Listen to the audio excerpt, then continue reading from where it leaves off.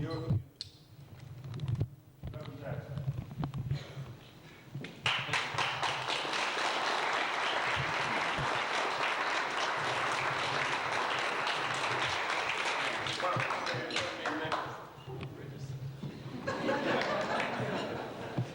Let me make a very special appeal to you to allow me to do a difficult thing, compete with your grits for attention. I want to indicate that those of us on this tour, we had plane difficulties last night. We would have been in around 11 o'clock, but instead we got in at 5 a.m. And then we had to do a live radio show, which I stepped through 7 and 8 because the people feel that they're threatening. I was helicoptered and terrorized by Cleo this morning at 7 o'clock. And of course, we leave here, we have to go and do the site visitations on the south. So I would like to share briefly and open this process up, and then go upstairs and get dressed for our travels today. I want to introduce at the outset, I have a couple of brothers beloved, with whom I'm touring on this occasion. The head of the National College, General Thomas Johnson, over there in Sioux Town, looking around. The companion of Mother Earth, the father of Earth Day, Dennis Hayes. Where's Dennis? Give Dennis a hand. Dennis is heading the Earth Day Coalition, which will have these marches around the world on April the 22nd. Earth Day night and the Rainbow Coalition are conducting a tour. This is the last leg of it, from Washington, D.C. to Atlanta, Georgia, to Albuquerque, to Richmond, California, to Los Angeles, to Baton Rouge, and on back to Washington, in part to mobilize the people most affected by poison air and water and land to rise up and fight for their most basic right, the right to breathe free. And maybe it's just appropriate that we would be here in Baton Rouge the day before the 22nd anniversary of the assassination of Dr. Martin Luther King Jr., April 4th, 1968. We would be in the city where the bus boycott began 2 years before the bus boycott in Montgomery, Alabama. We would be in the state where Dr. King started his organization, NCLC, in 1957. We'd be at the place where students with such courage fought against odds in the 60s and won basic dignity right here. We'll be in the district of such fine leaders, my friend, Brother Joe Delta. You see a young man on the rise, like Cleo Fields, inspires my heart to no end. It gives me even more faith in our future. And of course, a senior citizen who all of us should respect, who's been around so long, who's done so much for so few, Sherman Pope.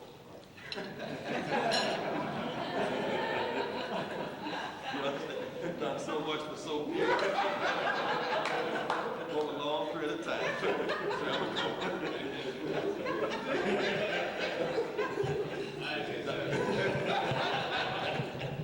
And Dr. Melvin Irvin was in that tradition.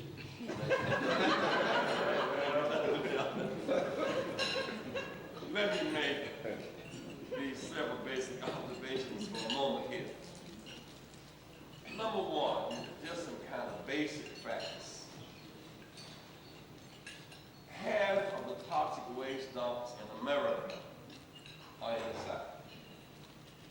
It's been an issue involving so much exploitation that not only the southern states like Louisiana have their own share of toxic waste, they even import it from other states.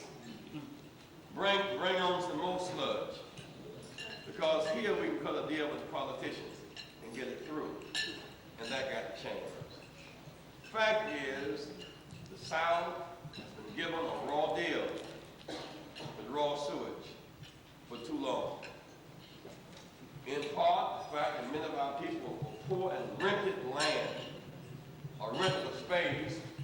You felt that the landowner had the right to put whatever he wanted to next door, even if it was a landfill. My friend, that is not their right. I'm concerned that between Baton Rouge and Louisiana, Baton Rouge and New Orleans, some call it Cancer Alley. The cancer rate is 4 to 20 times higher than the national average. Well, 4 to 20 times higher. My friends, that's chemical warfare. And if the Russians were doing it, we'd fight back. Whoever does it must be fought back. This smell that you smell when you arrive in Baton Rouge is not the sweet smell of industry. It's the smell of death. It is not the sweet smell of industry. It's the smell of death. They put these toxic waste dumps and health hazards in the areas where people are least organized as workers, where you have low union organization, where people are the least registered to vote, and where they're black and brown. You can only gain, however, if you are not black and brown or poor, or temporary satisfaction, because the dumps may be in the poorest side of town. They may emit from that. But as sure as the wind blows, no side of town is safe. On all sides are safe. Because of the very nature of poison, if it goes in the well water, it does not discriminate upon who it poisons. Some years ago, an accident at Chernobyl, Kiev in Russia, Soviet Union. For the first 2 days, the media was saying the Russians had a problem, and they did, because they had a nuclear accident. On the 3rd day, the wind blew, and Europe had a problem. On the 4th day, cows in Oregon had a problem, and folks who drank milk from those cows had a problem. Because this is one spaceship Earth. I'm talking about I smoke in sections 1, 2, 3, and 4. Folks in section 6, 7, 8 don't smell it. It's not true. You either smoke or you get smoked. I think we take all the smoke out of spaceship Earth. Now, what's kind of new about this meeting today is we who have fought for the right to public accommodations and the right to vote never saw the right to breathe as a priority issue, because we felt even though it might smell in the morning, if the wind blows, it'll be all right. Isn't that right? And somehow we did not see the relationship between environment and asthma and respiratory diseases and cancer and life itself.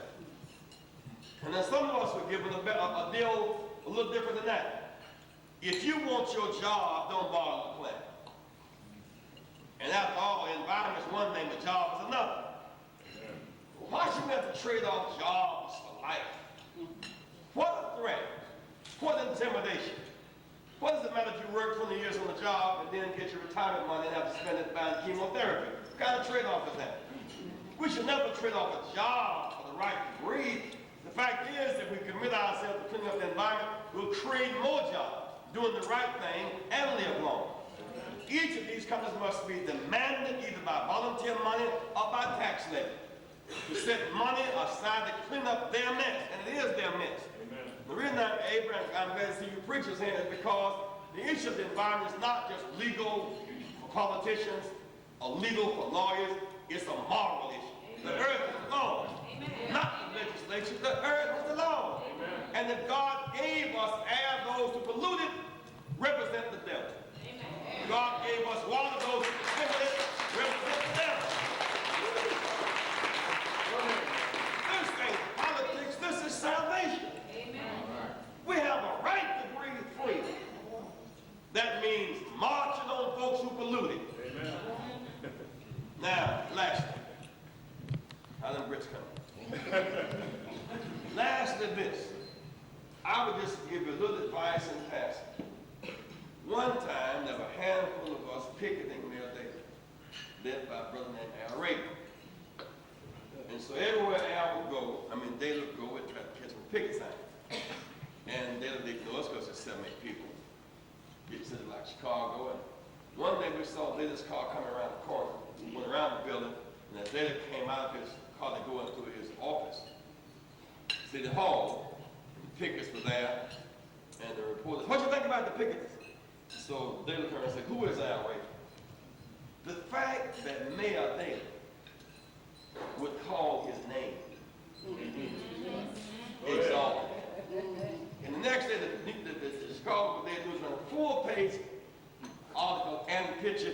Who is Al Ray? Al Ray, he's a teacher, he's a married man, he got 3 children, he fights for justice, and we turned that 4-page ad that they ran for us on who is Al Ray into the leverage to build a whole movement that brought Dr. King to town and eventually unseated Daly himself, just by dignifying the name of his adversary.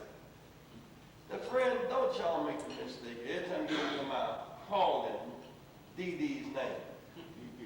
David. You help him every time you call his name. I tell you today, my friends, in this state, 350,000 African Americans unregistered. That's the answer to DD. In Baton Rouge, now if you go to New Orleans, feel the folks, feel the Church of the People, go to Xavier, go Dillard, you can get, I spoke at Tulane a couple of weeks ago, challenged the students who were not registered, they came down and registered them on the spot in New Orleans. Same is true for New York. Today at Southern, we'd have to take the people downtown. That was a violation of the Voting Rights Act because it denied access. Somebody got to go to court. They don't have the right to lock these books up downtown and not come to where people are. With reasonable notice, it is against the law. It ain't even their right to do that. They do not even have the legal right to own the office, hold the books, and force people to break the rhythm of their lives to register and vote. That is against the law. It's against the law. It's against the law. I'd rather spend my time marching on the Board of Elections than marching on Duke. Because you beat him at the Board of Elections, not by rapping. You can talk him into power, you can vote him out. Y'all got that down? You can keep calling his name as if calling his name going to excite somebody. Fact is, we see a David Duke every day. Some of them just a little less crude. Don't support affirmative action, call it white people's rights, cut mom education, build more jails. That sounds like a whole lot of folks, you know. With reason, when you're giving community trophies to once a year, tell them that they're different. And you look at the bottom line, DLC met down here last week in New Orleans talking about, we believe in equal output, but not equal results. They do believe that. Amen. And that was Clinton and Chuck Robbins and Sam Nunn. Lyndon Johnson said in 1965, you have equal output without equal results. It doesn't make any sense. And so here we are down here in New Orleans 2 weeks ago, 25 years later, taking a position the very opposite of that in a lot of these Supreme Court decisions from the Reagan Court. And so, I would urge us, spend our time on getting these registrars to where people are, spend our time getting people on the books, spend our time marching on hazardous waste dumps, and don't spend time on what is nothing but an easy life. Ha ha, David Duke, ha ha. That's a good punchline if you ain't got nothing else to say, but it is not register voters. It does not clean up dumps, and it will not beat him. That part makes the show. Yes, calling his name will promote him. Registering to vote will defeat him. Don't you talk talk him into power and talk yourself out. Can I get a witness on that? Yeah. Let me ask you about 3 questions. I want any technical questions you have, or not so technical. Here's Dr. Dennis Hayes and Brother John McConnell and Pastor. A lot of folks here can answer them. I'm going to dash upstairs in a few minutes and so I can get looking reasonable. But now, question and answer for a few minutes. Yes, ma'am. Please identify yourself, please. I'm Pam Castor, the president of an environmental group here in Baton Rouge. And last week, one of your spokespeople said that environmental groups leave out of our agenda the people that live around Rollins. I'm wondering who gave you that information and what group you're talking about. Because we've been joining with the other groups for years. And I don't know who told you that, and who you're talking about. You allow the hens too. Huh? You allow the hens too. Rat. Do what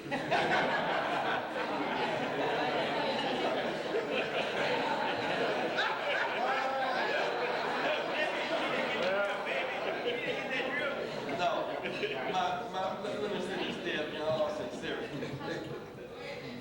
For too long, environmental groups have seen themselves as societies.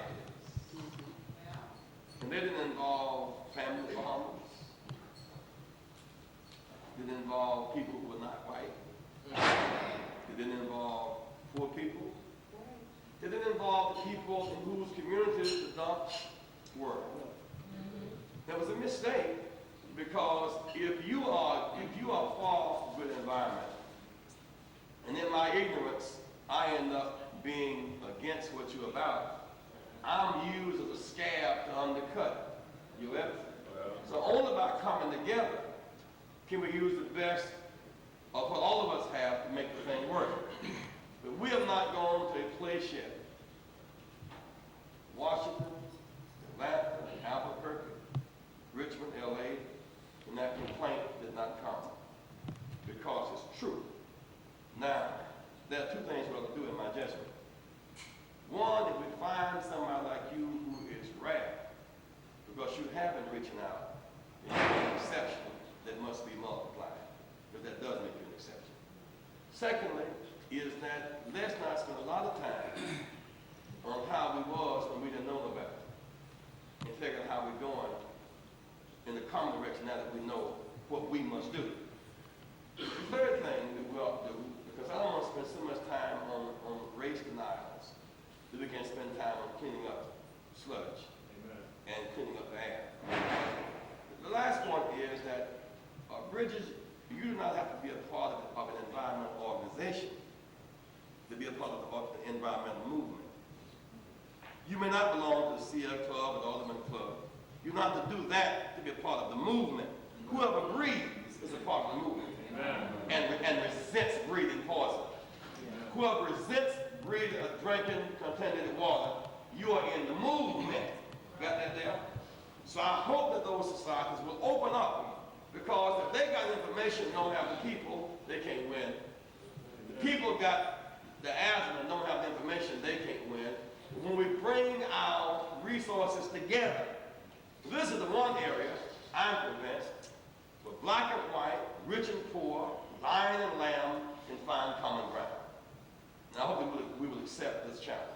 This meeting right here is more integrated than most Louisiana meetings, because the environment has forced more folks to the table than almost any other conceivable issue.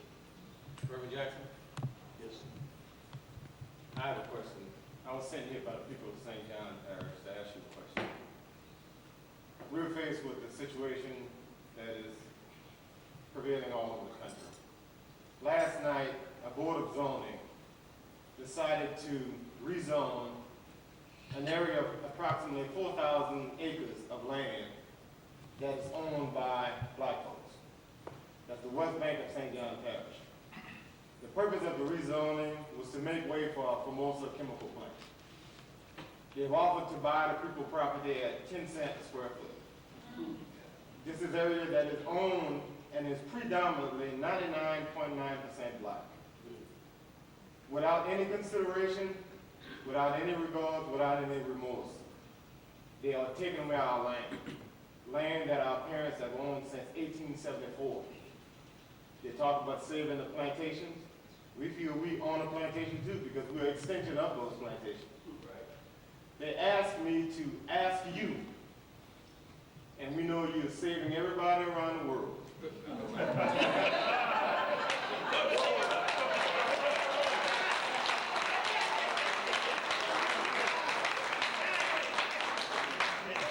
Go ahead, doctor, go ahead.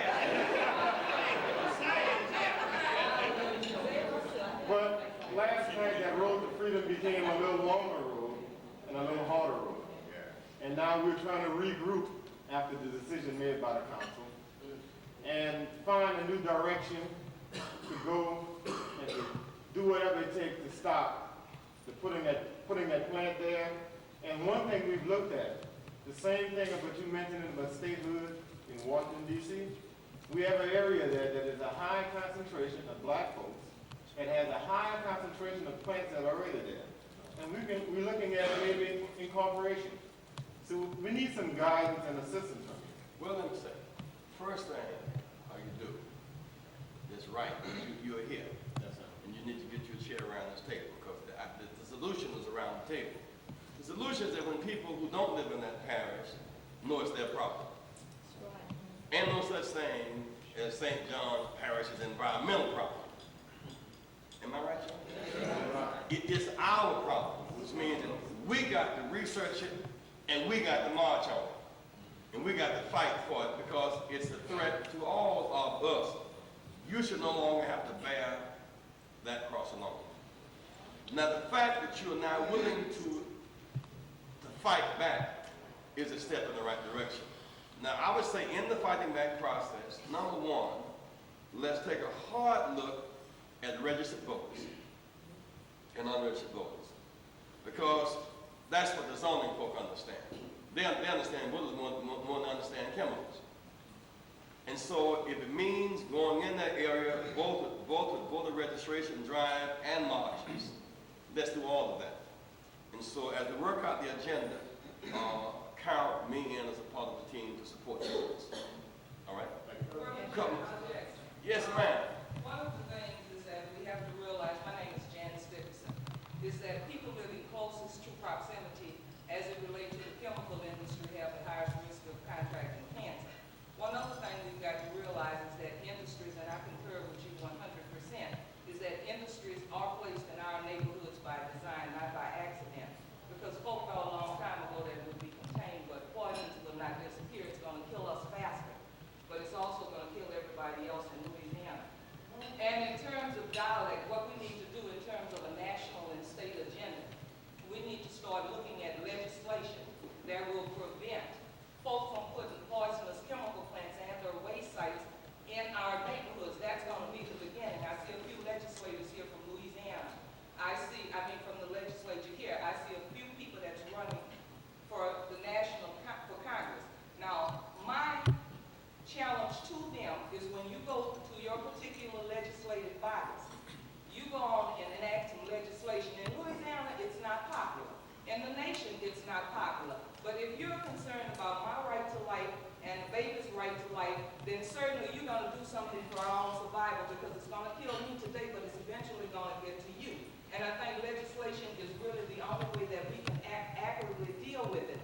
And the other thing to do it, I think folks have to start organizing coalitions up and down the river in Louisiana and in the nation. And what we have to do is empower ourselves politically because economically we don't have the resources to fight the chemical industry. But if you empower yourself politically, we can form an alliance.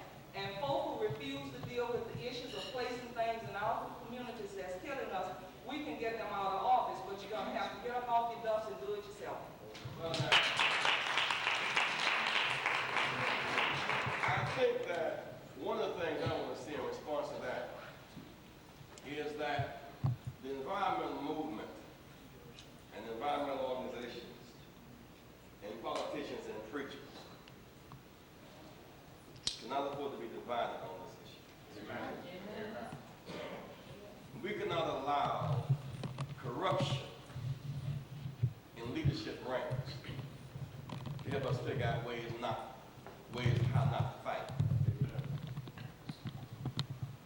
is to say that this march between Baton Rouge and New Orleans should be bigger and longer,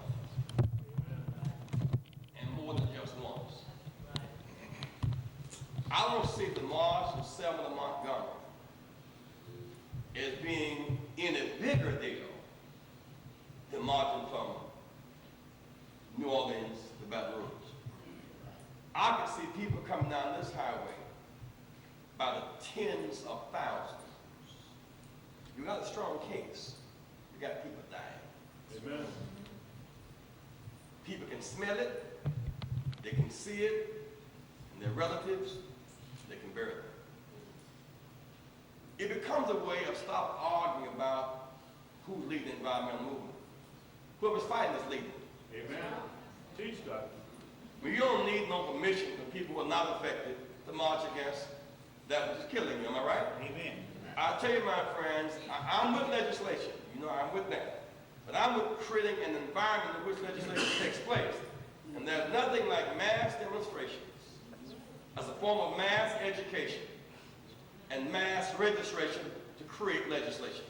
Right. The politicians tend, not that ain't true from Melvin Irvin, but most politicians, they see the light when they feel the heat.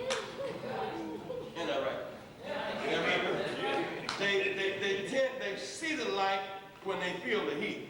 If you look up and you've got about 10+ thousand folks marching down that highway, black and white, union and farmer, male and female, rich and poor, Audubon Society and St. John Baptist Church, from all that crowd coming down the highway together, you're going to have some action at the legislature and some action in Washington. And this year, since everybody wants to be something, running for different things, this is a mighty good year to march. Y'all understand me? This is a mighty good year to march because there's a lot of interest in what you do this year. It may not exist for 5 more years in terms of senators after this year. You understand? Reverend Next Jackson, one. Yes, sir. I called in this morning with a question there. My name is Larry Roddy, and I'm with Local 100. I asked a question which we're fighting very hard, and I see some of the school board members here. In the school system, we're fighting different chemicals in there. To give a name of some, Roundup and asbestos. That is a definitely environment against health to the kids, health to all employees. And we have not, basically, I've been fighting along with my union now for a little over a year and something, about training people how to use chemicals on the job. There are some very, very, Roundup is one of the chemicals that one of my supervisors told me that it couldn't even hurt you, you could drink it. And knowing that this chemical is very bad. Well, you was right. If you drink it, it won't hurt you.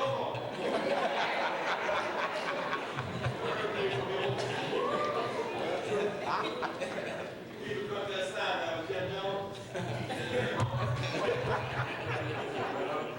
Let me say this before, I want Dennis and John and others to take over while I make an adjustment. Is simply this. This meeting is a very historic meeting. We are like early in the morning of coming to grip with this environmental question, Bridges. I think that the point at which we see the asbestos at the school as much a violation of our civil rights as segregation. Because after all, segregation is social and this asbestos is like life and death, like right now. Well, And so we got to fight that. Question becomes, how do we take a group like this and begin to focus the environmental movement in a way that gets results? If you scatter too much, everybody be for it and everybody's against it and everything's everything. At some point in time, we have to look and sell and focus on the right to vote. And focus on that issue so clearly and so profoundly until we want it and things related to it we begin to win. Here we must first, I am going to change our tolerance level for poisons. nothing more basic than having the rappers rap about it, and the preachers preach the earth to the laws about it, and singers sing about it, and school children dance about it, and legislators legislate about it. But that comes because you changed the general tolerance level about the situation. That's why mass marches and mass education and mass registration are critical to the whole process. Because zoning people will zone differently when they are offending their registered voters, not their residents. I think I'm right. That's right. Huh? That's right. And the U.S. senators will respond differently when if they want to go back there, they must be able to clean up the environment as the basis for going back. That's right. I am far less scared of Duke than I am toxic waste. That's my politics. I'm not going to be boogie banned into voting for somebody because David Duke does not scare me. I don't like what he stands for, not I like what those who produced him stand for. And they are in high places. That's right. That's right. So then we'll get sidetracked on the DD program. We're going to talk about, we expect for our vote in return the right to breathe and drink water. Am I right? So I think a group like y'all, I think if Senator Johnson was invited, he'd come to a meeting like this. I think he would. And then when you come, you ought to be saying something. The reasonable, the sound, with a plan to clean up the mess. Every chemical plant should set aside X number of dollars to hire local folk with the job to clean it up, their mess. Either, Mr. Chairman, either they should set the money aside, or y'all should levy taxes on it. That's right. Well, they're going to take their jobs away, and they're poison too, let all of it go. That's right. And they cannot, that is no longer an acceptable trade-off, jobs for poison. That's right. That's right. Exxon, that the money that they spent after the mess up in Alaska, they could have spent that same money before the mess up, save the environment, save jobs and everything. All these companies, they got what they call rainy day money in case their thing mess up. That's right. The fact is, it's raining right now. As opposed to being the one big Armageddon explosion where a lot of people got killed one day, it's a seeping, creeping, where you die 2 or 3 a month and 7 or 8 a year. And friends, that is not right. Making sense to you? So I want to go upstairs. I want to make this appeal one more time. I want us to see the relationship, please, between empowerment and environment. People who are not empowered are being violated environmentally in every other conceivable way. We must never separate environmental rallies from voter registration. And I would hope, reverends and friends, that this idea in Baton Rouge of them denying you access to voter registrars where you gather is a 1965 settlement issue. That is a 25-year-old issue. That's worth going to court about. It's worth marching about. It's worth saying no more. And I tell you, even on the Bush, that case taken to the Justice Department will get a fair hearing. And with your help, I intend on behalf of the Rainbow to take the Baton Rouge voter registration access issue directly to Richard Thornburg. Thank you very much. On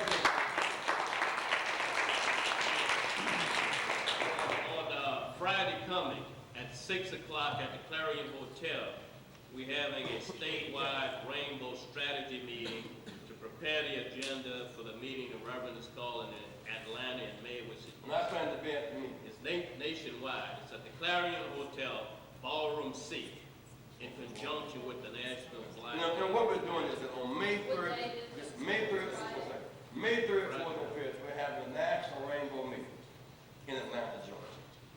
We urge your participation. On this coming Friday, which is what, the 6th? The 6th. The 6th. 6 On this p.m. coming to 7:30 Friday, p.m. At April 6th at 6 p.m. at the Clarion Hotel. There's a meeting organizing our allies in Louisiana to come to the meeting in Atlanta, May 3, 4, and 5. Now, 3 is on Thursday, we're basically focusing on farmers, workers, and environment that day. And then Friday, we're getting into rebuilding the American economy for us, all the people. And that Saturday, a lot of focus on targeting campaigns. So try to make it all 3 days. If you just can't, please get there as early as you can, Joe, on Friday and all day Saturday, okay? Now, please take over. We got Reverend Alexander's gonna continue to field the question. Hope everybody will stay, and those who haven't, didn't get the question, ask them now. The lady right here. Thank you, Reverend Jackson. Last time. Let's give him a big hand.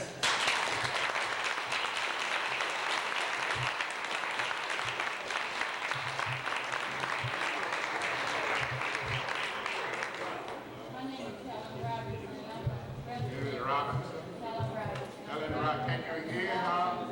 Can you hear Mrs. Robinson?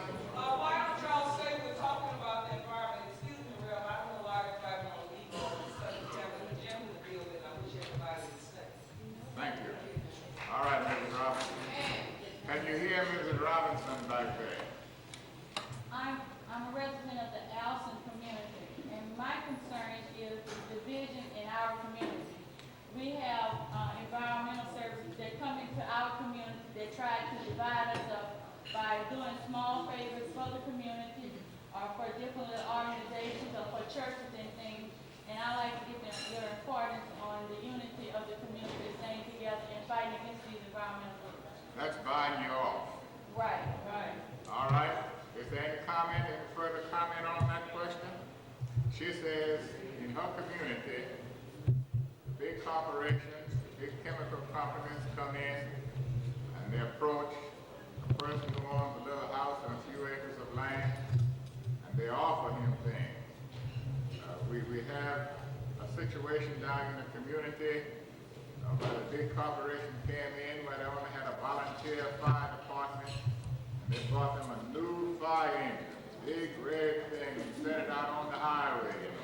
Look what we're doing for you, killing you all the time. We agree with you. And in this march, as Reverend Jackson said, we're going to reach out and continue. We're going to fight.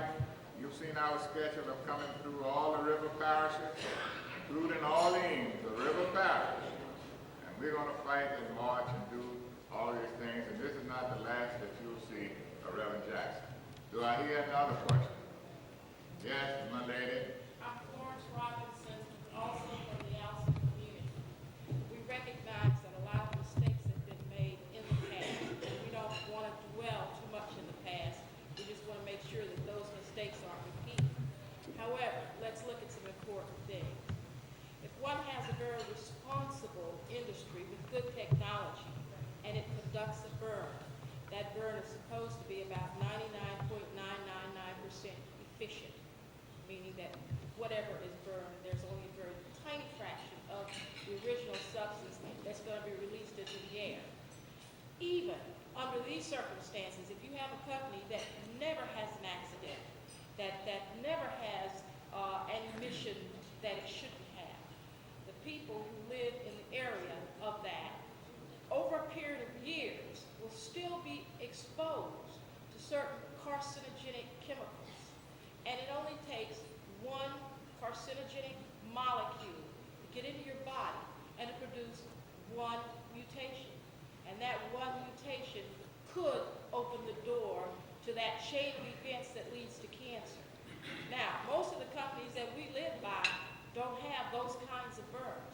They have all kinds of accidents, emission problems, so that we are constantly exposed to much higher levels of carcinogens. My question concerns the establishment of dead zones around industrial waste sites and certain other kinds of industries. People have got to be protected. People who live there now have got to be moved out to areas where they can expect to live a happy, healthy life. This chemist question, this lady is a chemist. She couldn't say the thing that she said unless she worked. She's talking about a perimeter to isolate the plant.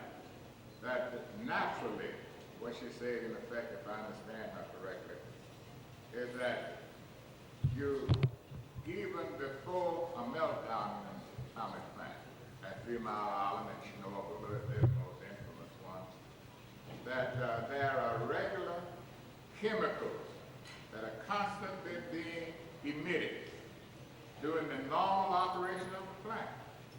And she says that that perimeter should be determined. However, madam, we've discovered some emissions that have been released in Louisiana that have been found in Illinois. So I don't know how large that perimeter should be, the whole country. Now, did I, Right. what? Can I just ask the gentleman, is there any such thing as a safe perimeter, from emissions? Well, since the lady raised the question, I think we can assume there isn't, but I know what she has reference to.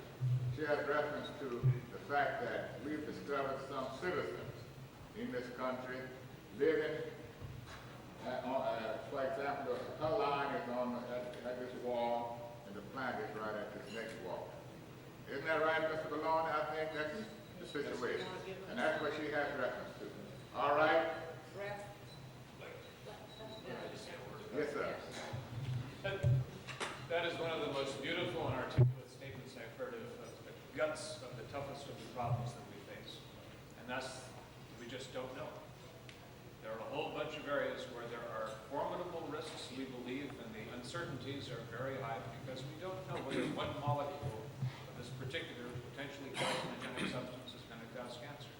One of the great crimes of the Reagan administration was that we started off on a whole series of what they called epidemiological surveys to look at these things over 5 years, 10 years, 15 years, mixing chemicals as they mix in the air and trying to find out what their impact would be, and they shut them down. Tried to save $50,000 here, $60,000 there, and they shut down studies in year 8. Now, if you want to start them up, you don't start them up in year 9. Start them up in year 1. There's just a bunch of stuff that we don't know. The current Clean Air Act provides for dead zones, but they don't provide for dead zones the way that you're talking about. They're providing for an opportunity to weaken air legislation around particular plants by letting that plant buy the right to pollute from some other plant in the same basic airshed and put more stuff out in the future than they put out right now. It's a weakening of our great accomplishments 20 years ago. It's a terrible bill in that regard, one that we've got to stand up and move on. I'm somewhat reluctant to talk after Jesse Jackson is talking about this. That's like standing up on the stage after Michael Jackson just finished doing his singing and dancing. But if I might, Would you identify yourself? Sure, I'm Dennis Staves. I'm the chairman of Earth Day International. All right. There is one very important thing that comes out of these meetings that we've been holding now in cities around the country, and that's that a lot of people come from the community to listen to John O'Connor from the National Toxics Campaign and a bunch of people from local environmental organizations to try to get some technical information from them. What the most important thing that has been happening, I think, has been the other direction. It's been people from the environmental community coming and talking to the people in the community to find out how to address precisely that kind of issue. And it's something that we haven't done very well. We worked like hell 20 years ago to pass a very tough Clean Air Act. And now we're facing the problem that you're talking about. We've got legislation. We've got an environmental protection agency that's supposed to be implementing it. What we don't have is aroused communities capable of bringing about the change that's necessary. What we don't have is the examples that came out of your early struggles in the civil rights era. I mean, when Rosa Parks decided she wasn't going to ride in the back of the bus anymore, what'd she do? She'd write a letter to the NAACP and say, will you all come down here? Intervene in a regulatory rulemaking proceeding and see if we might be able to change the distribution of bodies on buses. It stood up. She walked to the front of the bus. She sat down and caused the world to adjust to that changed reality. Amen. And the world adjusted. And we've got to do exactly that same sort of thing in issue after issue after issue with the environment. When we talk about the environment, and I'm rattling on, I'm going to stop in 30 seconds more. When we talk about the environment, and you read about it in Time magazine or in the New York Times, they tend to talk about environmental leadership geographically. It's in places like Oregon. It's in places like Vermont. Well, the people in Oregon and Vermont live in communities, in neighborhoods, in cities. The people in Louisiana are for them, and they sure deserve that answer.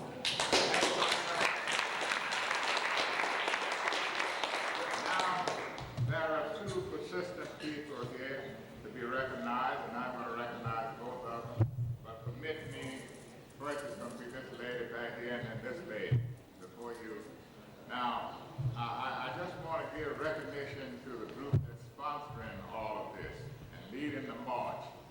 cetera, and et cetera.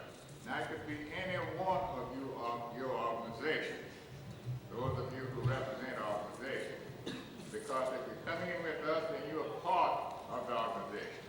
But the Gulf Coast Tenants Association is the primary sponsor here because they have done this before. They marched from Baton Rouge to New Orleans last year. You remember that? Now, I would like for those persons who are associated with that group at this time, who are members and they're here, would you either stand, and if you're standing, hold up your hands. Where are you?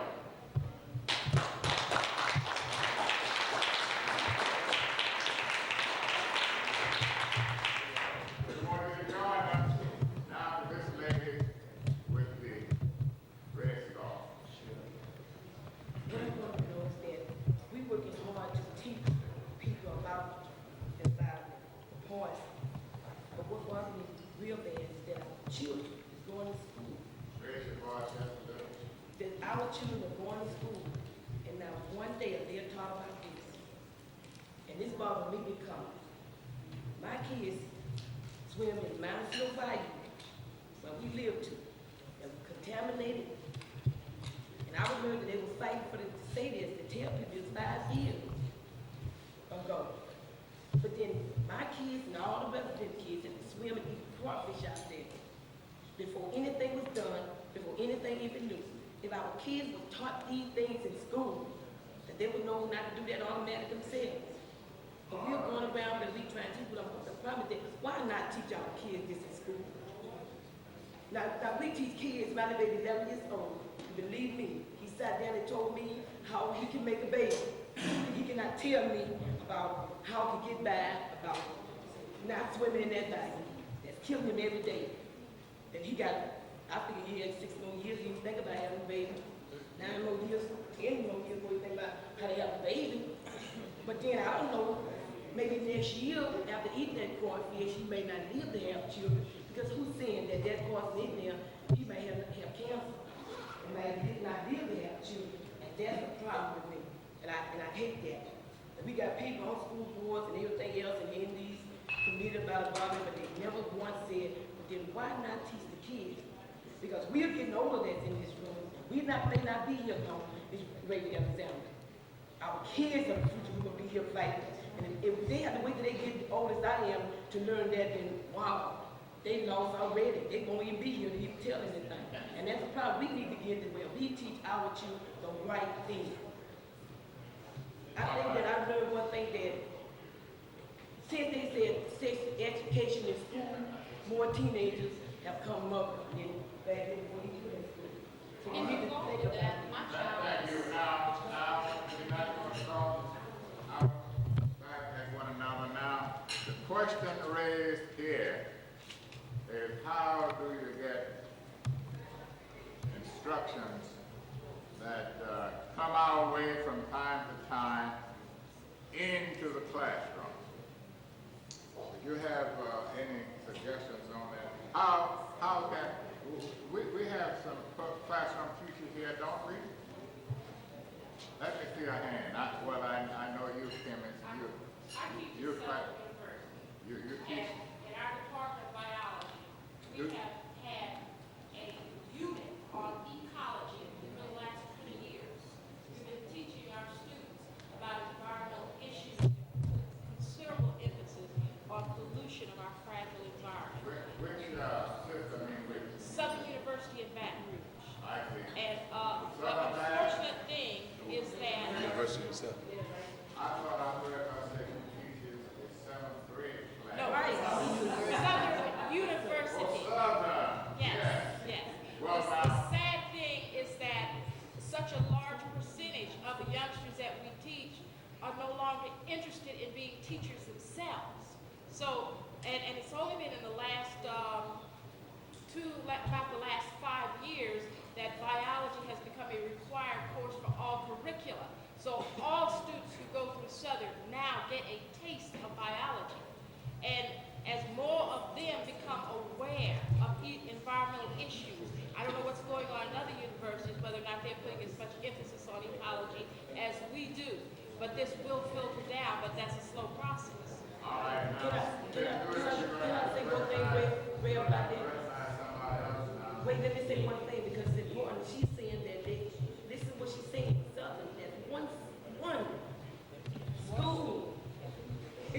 see that our politician, our school board member, our superintendent need to fight for this, and this is the problem. There's one school, and if I'm not regulated, I think it's a little private school too. It's not a public school. Ms. Lewis, your point is well taken. We recognize that, and I think you had reference to the elementary and secondary level, and not post-secondary. Now, Just as a quick answer for any of you who want to follow up on that, we have curricular materials from everything from kindergarten to seniors in high school that was produced for Earth Day, and there are a variety of other programs that we can send you materials to explain how you can get other more elaborate curricular materials than ours. Anybody, if you're a teacher, if you're a parent, if you're a school board member, anybody who's interested in this, it's simple to write to me. Just write to Earth Day, Stanford University, California 94306. Earth Day, Stanford University, California 94306.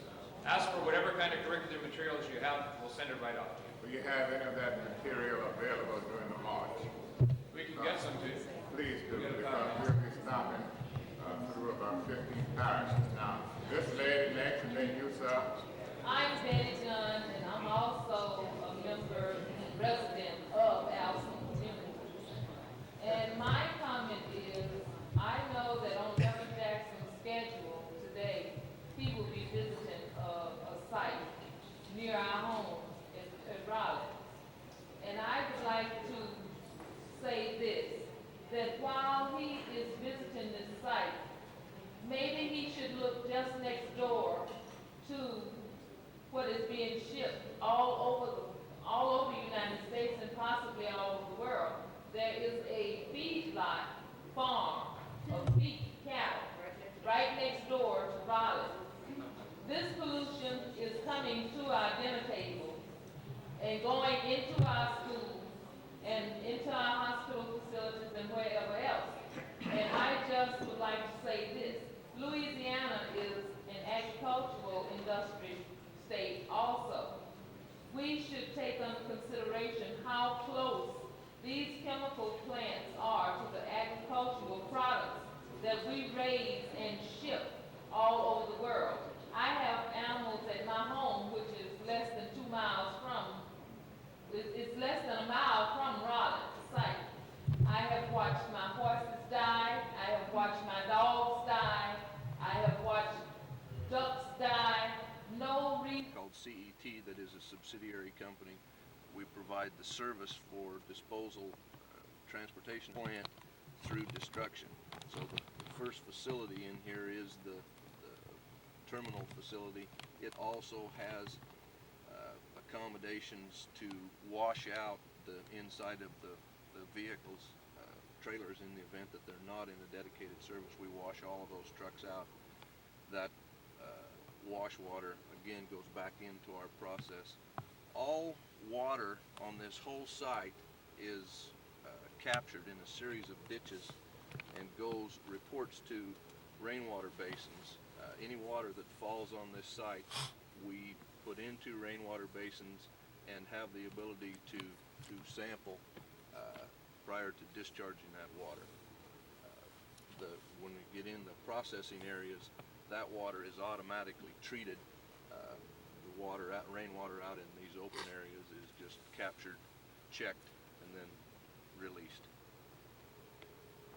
Y'all don't have deep wells. We do not have a deep well at this location, no.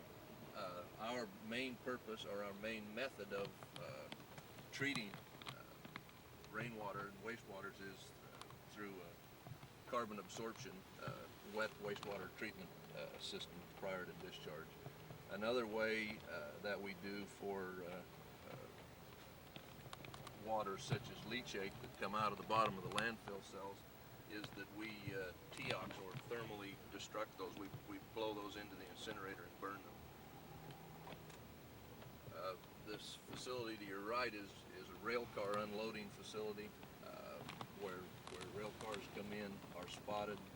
They're in a contained area. When they're unloaded, materials are unloaded from them and are pumped directly via this piping system into the tank farm area. This large tank to the left is fire water tank. We store 1 million gallons of water in reserve for fire purposes. In this building is a diesel-driven fire pump to pressurize and supply backup pressure to all of our fire systems. We have a fire truck and a trained fire brigade that are part of our own forces on this plant. Y'all being filmed, so don't cuss. When materials come into this plant, the first thing they do is go around to the back. Their paperwork is all verified that everything is correct. We do what we call a fingerprint chemical analysis of all of the loads coming in to make sure that they conform with the information that we got when we decided to do business with them, the chemical analysis and so forth.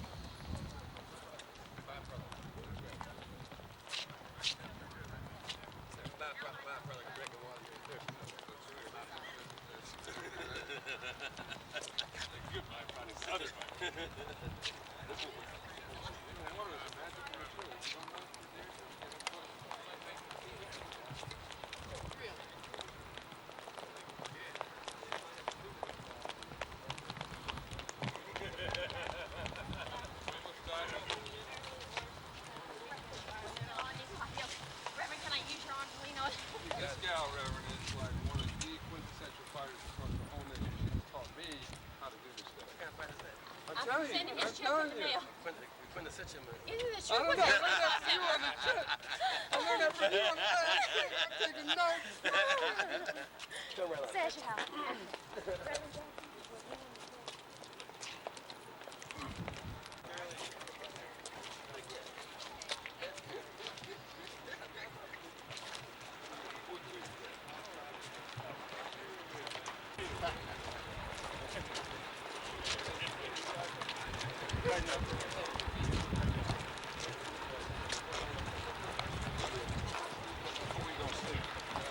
You want to get arm in arm, Reverend? Arm in arm.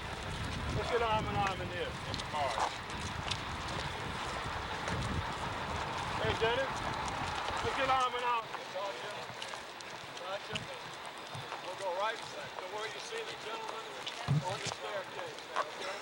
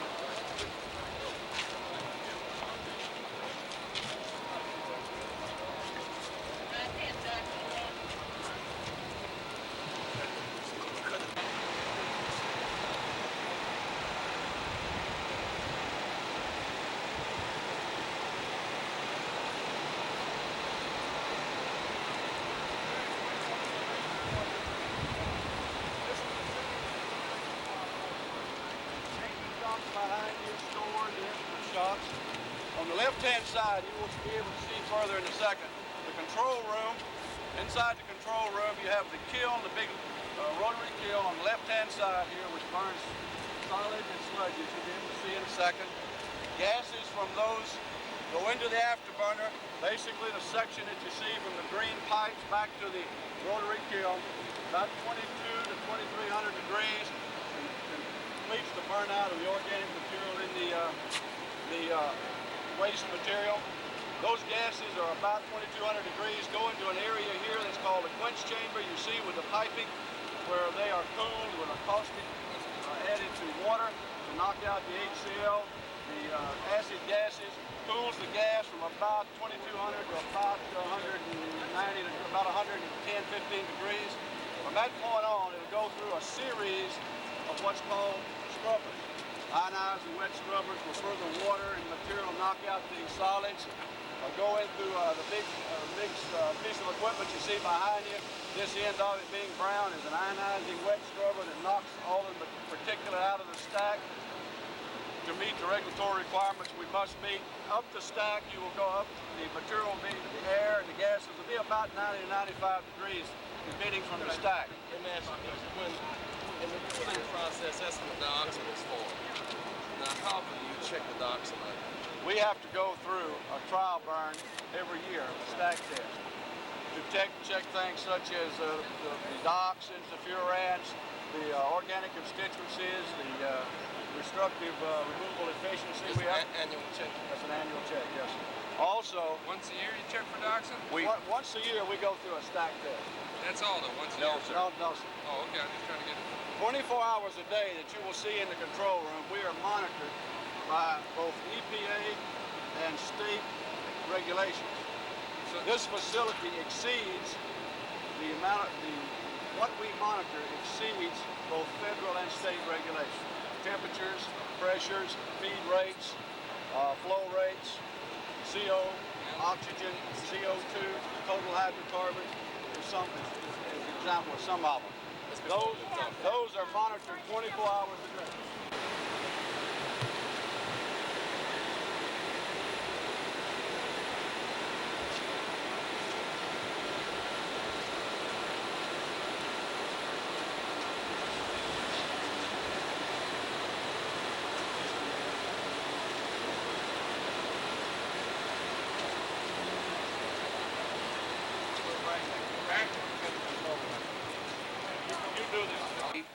All of the controls that are the operating parameters that Tom had talked about, like monitoring O2, CO, and so forth, all of those pieces of instrumentation are in redundancy. There are two of them in the incineration process, one working and one online on standby in the event that one fails. The computer runs this entire facility. We have to have all of the pressures, the temperatures, the flows, everything has to be proper in accordance with our permits and the regulations for us to introduce hazardous waste into the facility. Then the operator has the opportunity to start feeding of those materials. If at any time any one of those parameters goes out of compliance, the incinerator, the controls will automatically shut off of hazardous waste and change to number 2 fuel, on clean diesel fuel. As Tom said, we continuously monitor CO, O2, total hydrocarbons, and many other parameters. There are about 30 parameters that we monitor continuously to make sure that the process is running properly every minute. We understood, I think, the relationship between what's going in and what's going up, but there was a little bit of confusion in the noise out there. And why don't we ask the same 2 questions just to get a crisp answer? How frequently do you actually monitor the presence of dioxins in the stacks? Dioxins are a form of hydrocarbons.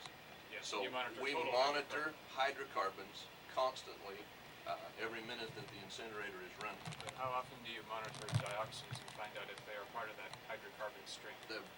Our annual trial burns is the time when we put the incinerator online, test every parameter, go through all of the complete. So you can tell us how much hydrocarbon is going up the stack right now, but you can't tell us how much dioxin goes up except once a year. The trial burns are put in what we call worst case condition, when we feed the incinerator to its maximum design numbers. What do you actually burn in the test burns? Is it the 4 or 5, like the benzene and the... That's 4 or 5? correct. See, the problem with those is that the mixture of chemicals that usually comes in here that gets burned is not the same as the chemicals that get tested during the test burn. Right, so we test for virgin chemicals on the test burn. No, sir. We test for actual hazardous waste. We Okay, so select. it's not virgin materials that No, you sir. test for. Okay. No, sir. We select a distribution of hazardous materials that are consistent with those types of things that we burn every day. We go through this protocol with DEQ and EPA to determine that this is in fact the worst case scenario. We we run at higher rates during those trial burns than we ever do during normal operation. Let's move on to our next stage. This basically is the way the incinerator is operated. We'll just go back Let me outside. ask you one question, because Yes, I'm interested. I know anything about this. I'm being educated. The question you asked about the test burn, is the answer that you test for dioxins once a year? We or do you it. test for dioxins 24 hours? Dioxins are part of the total hydrocarbons, and we test for. Specifically dioxins. We cannot segregate minute by minute dioxins. The answer then is once a year, that you actually take out a portion of the test burn, a portion of your effluent stream, and know how much dioxin is. That's once a year. Is that figure released to the public? Yes, that's public information. You could get that through DEQ, through EPA Region 6, or through. We got a problem. Oh, I love it. And on the third day, Let's go to the next thing.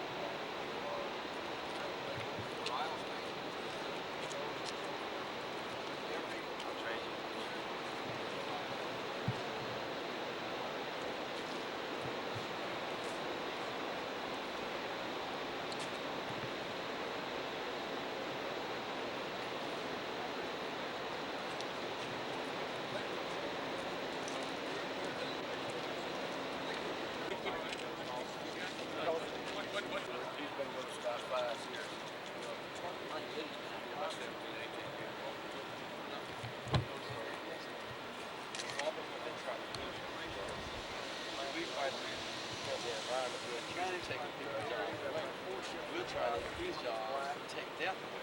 Because what is it's obvious before people are dying of cancer, something is happening that is around natural order. So I think it's important to build this community as we seek a conversation. Communication with the time, we need to get all the way down. Okay. We got a hard plan. I'll take it. Not like take a dog. Everybody else.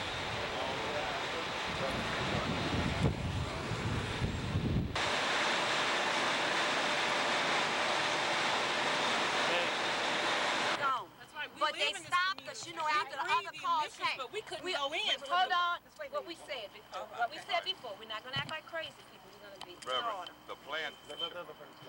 After I talk about Mr. Dunn and talk, they are very, very angry over the fact that these people could not get in. They say they know what go on around here every day and every night.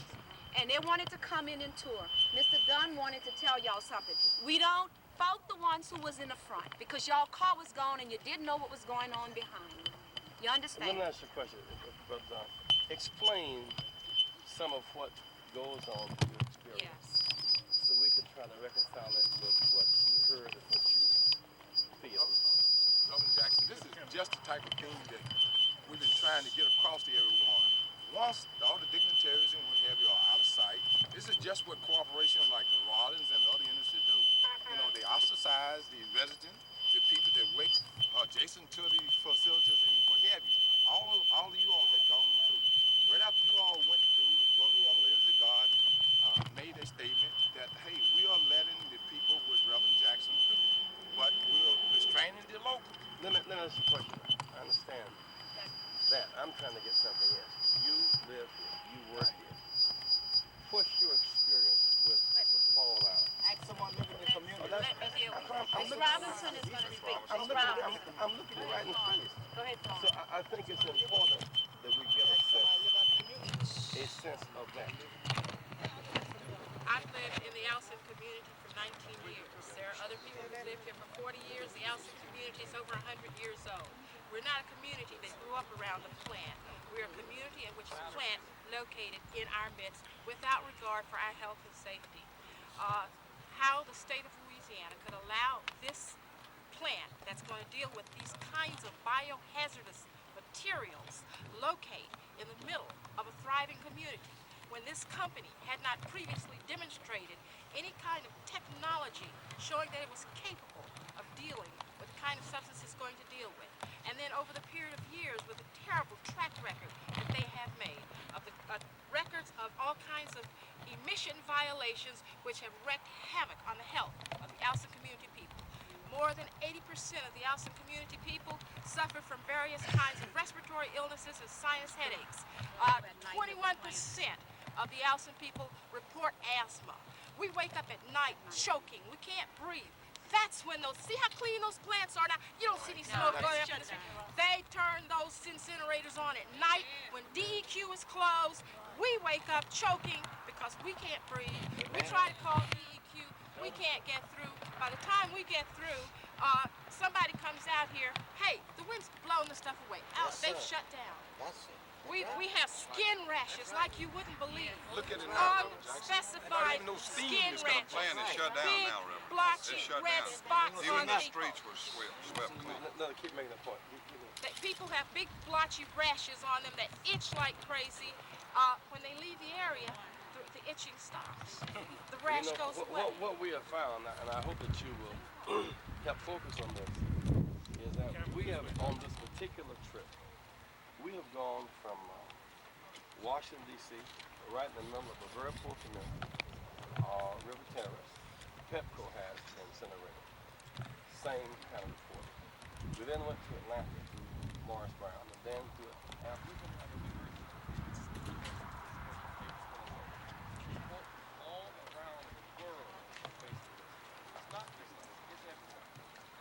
Case in point, we're reducing the use of pesticides in this country. They still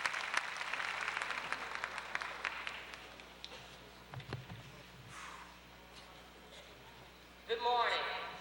Ladies and gentlemen, on behalf of the students of Southern University, I bring you greetings and a warm welcome from the Southern University family. As you sit back and think about the meaning of this activity at this moment, in this place, I would like you to reflect on the beauty of this campus.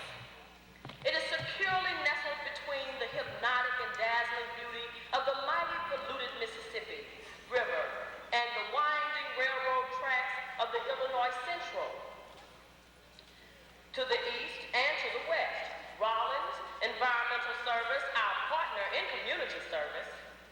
To the north, and Exxon and its refineries and chemicals and beautiful smoking stacks releasing clean white steam into the air. On behalf of the students of Southern University, I thank you all who are assembled who really care about our environment and its cleanliness and about the cleanliness of Mother Earth. Seriously, it's no joke.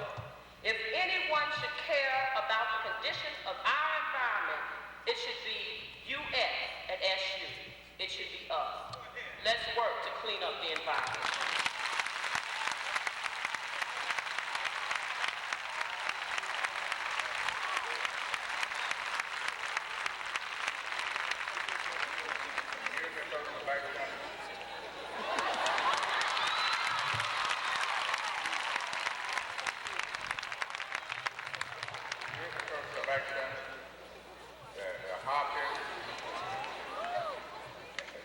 Hopkins, Hurricane Griffin.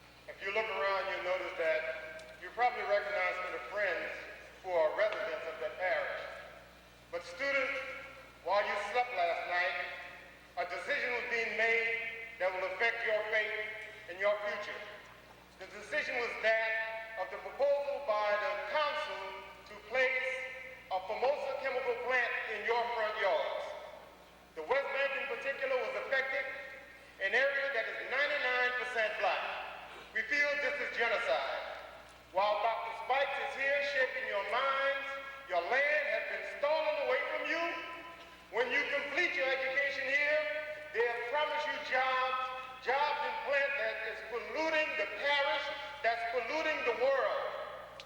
And 9 out of 10 times we will not even acquire any of these jobs. You know, there's a saying that God doesn't come when you want him, but he's always right on time. Reverend Jackson, you may not come when we want you, but you are right on time.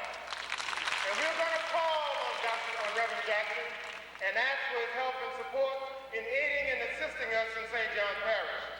We do not want a Formosa plant. We need jobs. Like Reverend Jackson stated, there are jobs now available to clean up these dumps. Give us the job. We do not want political expedience. We want what is morally right. We will fight to fight Formosa. Thank you very much.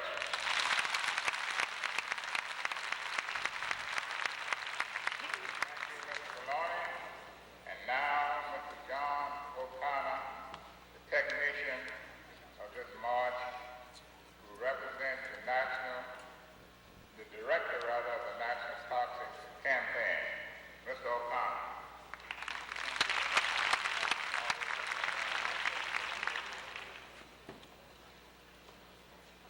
I didn't get involved in the environment by choice. I got involved out of necessity. I had a dream as a kid that was turned into a nightmare. I had a dream to play professional basketball and then to help kids later on in life by coaching. But that dream was shattered by a multinational corporation who set up their asbestos facility in my backyard. And they didn't tell us as they knew that asbestos was killing us. They knew since the 1930s and made a very cold-blooded, calculated decision to put the health and safety of my neighborhood aside as they made their profits. And I think the most difficult thing I ever did in my life, beyond burying my younger brother and younger sister, was to attend the funeral of the second baseman on the Little League team that was sponsored by the company. You see, the company dumped their toxic waste and built the Little League field right on top of it. And I think the toughest thing about that funeral was to hear my friend's mother cry out at that funeral, "It's not supposed to happen that way. Mothers are not supposed to bury their children first." And that experience got me angry, but it made me make the vow, and I know you have by being here today, that we're not going to idly sit by and watch as innocent members of the public die unnecessary, horrible, and preventable deaths. Let me say that all of these problems can be solved. We know how to grow food safely, we know how to eliminate the toxic waste, we know how to make safe materials. It's not a technical question, it's a political question. The real hard issue is not how do we generate the people power, or not how do we clean up the mess, not how do we take care of the toxic waste, but how do we get people together to solve these problems? And we've got to get people together, because we not only have a crisis, not only do we have a crisis in our environment of polluted air, water, and food, but we have a crisis in our democracy. Huge corporations are stealing our sacred democracy. We got the best Congress money can buy, friends. The best Congress money can buy. Corporations are literally purchasing the services of U.S. senators and House of Representatives. And it goes all the way up to the White House. George Bush said he was going to be an environmentalist. He talked about Boston Harbor. The first thing he did was to cut back Boston Harbor. He talked about clean air. The second thing he did was to propose to Congress a clean air bill that would set up national sacrifice zones, dead zones in the poor and minority communities. Dead zones that would allow corporations to poison you above the legal limit, which we know today are set at levels that hurt people. George Bush said he was going to be a conservationist. He's a conversationalist. He talks about the issues, but doesn't do a damn thing.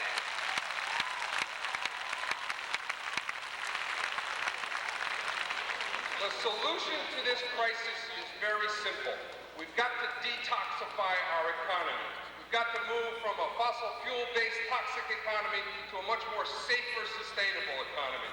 And we've got to do it in a way that protects poor people and working people. It's unacceptable to close these plants and put workers out of jobs because we start to phase out some of the dangerous chemicals. We've got to guarantee jobs making the safe materials that we know society needs to sustain itself. Let me close here by saying the most important thing about our whole tour across this country is the notion that the old barriers need not apply. Race or class or sex, these are barriers that we need to put aside if we're going to survive. And that job is not always going to be smooth. It's not always going to be smooth. The problems are, here comes the Reverend, I'm getting off the stage, I'm finishing, Reverend. I can feel you, I feel the hook. The job is not always going to be smooth, but I'm very confident that starting with the crowd we have here today, that we can develop a vision of a healthy and safe America to be realized by the power we have when we act together. At the risk of seeming harsh, if it takes defiance, we will give them defiance. If it takes marches, we will give them marches. If it takes civil disobedience, we will give them civil disobedience because we need to breathe clean air. Thank you.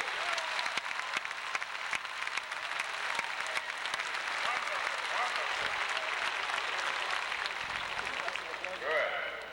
Now let us hear from Ms. Mary Lee Orr, Director of Louisiana Environmental Action Network. Ms. Orr. Hello, I'm so proud to be here. I didn't realize I was going to be given the opportunity to speak with so many wonderful people, with Reverend Jackson, who I admire, and Mr. O'Connor. So if I'm a little disoriented, you know it's because I feel like I'm by greatness. LEAN is a statewide environmental organization. We are an empowerment organization, which means we give people the tools to win. But I myself am an empowered housewife, a mother of 2 children, a mother of a son who was born with a lung disease in a parish that is constantly in non-attainment for ozone. I have stood with mothers who buried their children. I've stood with children who have rare brain cancer, who ask their parents why they have to have this legacy here. We know statistically that Louisiana is in a critical condition. We know what we need to do. We know the government has not protected us. We need people power. We need you. We need the best and the brightest to sit in this room. We need you to be furious because Southern University is located between Stauffer and Rollins, 2 commercial hazardous waste facilities. These facilities would not be located by Louisiana State University. I am offended.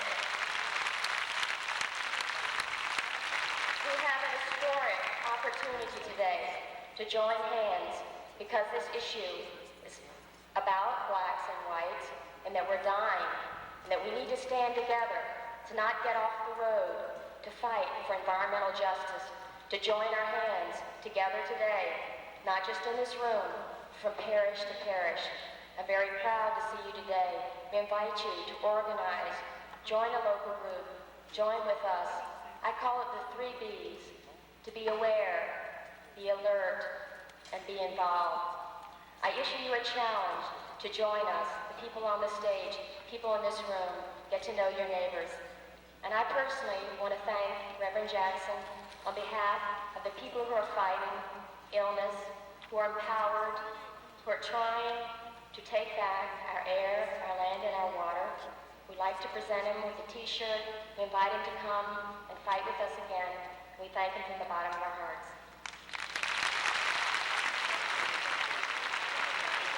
Disappeared. We'll leave this here for him.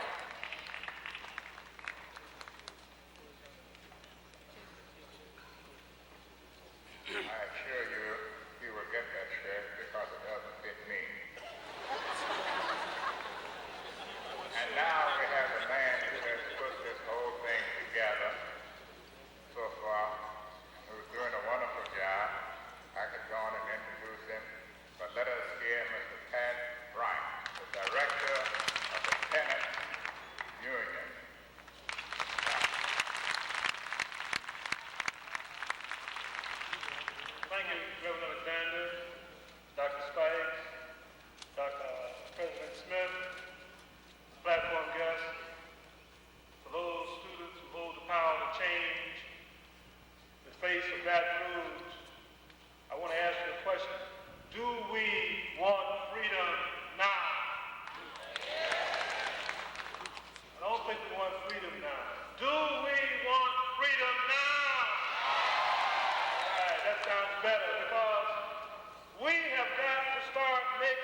understand that we want our freedom from the petrochemical companies now.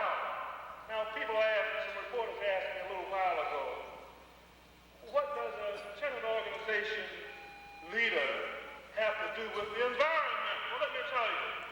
5 years ago, we empowered people in St. Charles Parish to get rid of a bad landlord. And they found after they got several $1 million from the government to fix up their houses that they were dying like flies.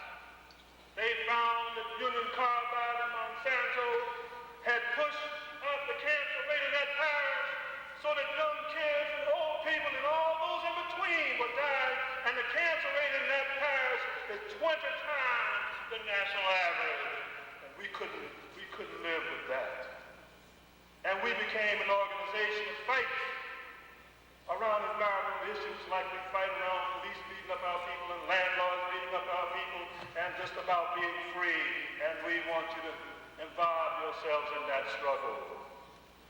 Now, 2 years ago, we had a great Louisiana Toxics March, and it began in Baton Rouge and went to New Orleans, and the petrochemicals that are situated around this campus here decided to study what we were doing, and they polled the registered voters in the state. 32.7% of them said that what we did was the most important event to raise the consciousness level about environmental matters in the state, and we took note of that. And so did the legislators, and they passed some laws. So we decided if it was that good there, then it's got to be good some more. Because we have not finished the job yet, and we want you to help us in that. We're going to be demanding, we're going to be marching for the right to clean air, clean land, and one other thing. We want to get a bill passed, Alexander, oh, he's on my side over here.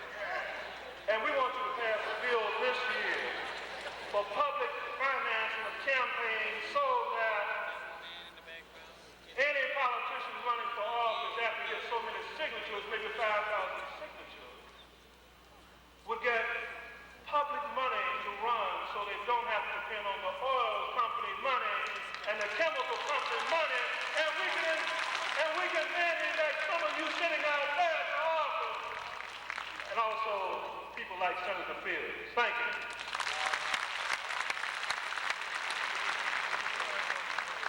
Thank you, Pat. And now, Mr. Van. Is Mr. Van still here? Yes.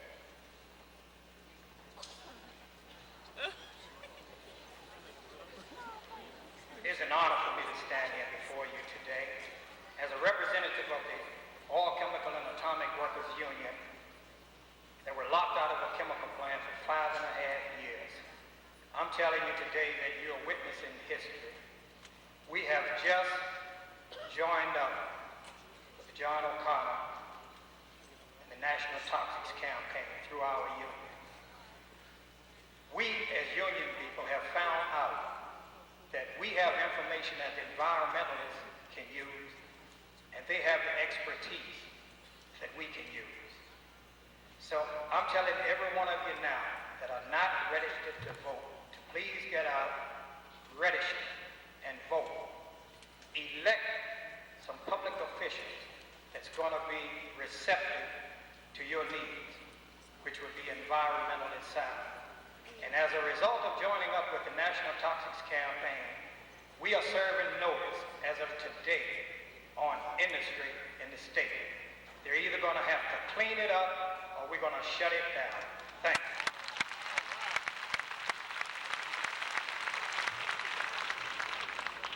Now I shall employ a little technique that's going to save us about a minute or two. We have as our next speakers, Drs. Beverly Wade and Gary Ross, members of the Baton Rouge Citywide Earth Day Search Committee.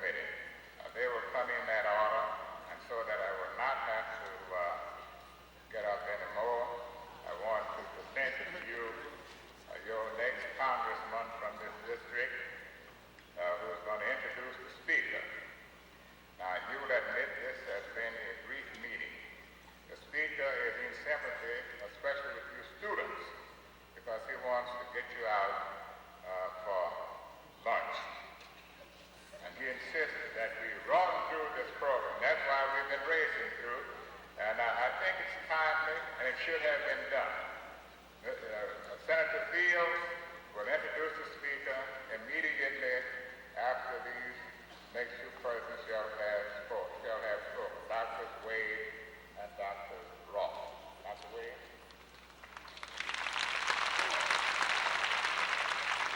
Good afternoon. Excuse me, Reverend Alexander, but there are two of us, and I think we deserve our 2 minutes each.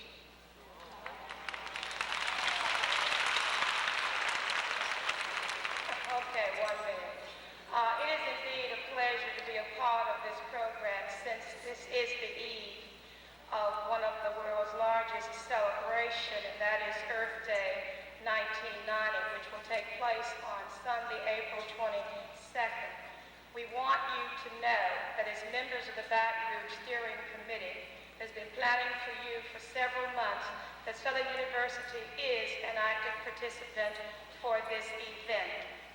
This will give us a chance to learn and celebrate. That's the theme, educate and celebrate.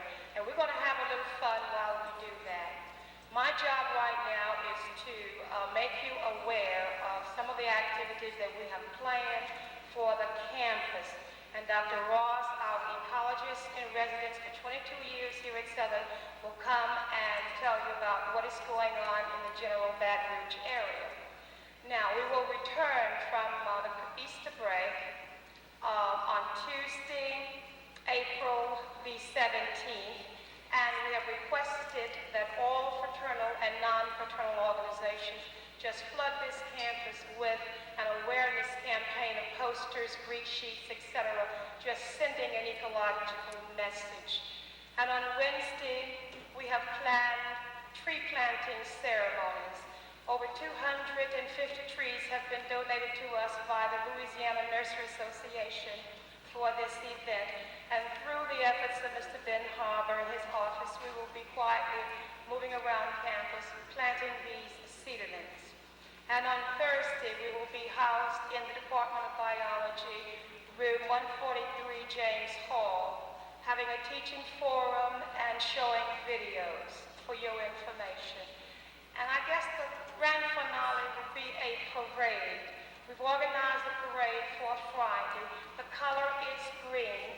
The Southern University Labrador School band will be a part of this, and we will be sending additional messages. The parade will terminate in front of the Smith-Brown Memorial Union on the grass, where we will have a speak out. It's sort of controlled, but you'll get a chance to hear some current environmental issues and also to speak your piece. What we want you to do is think globally as well as locally. Dr. Ross.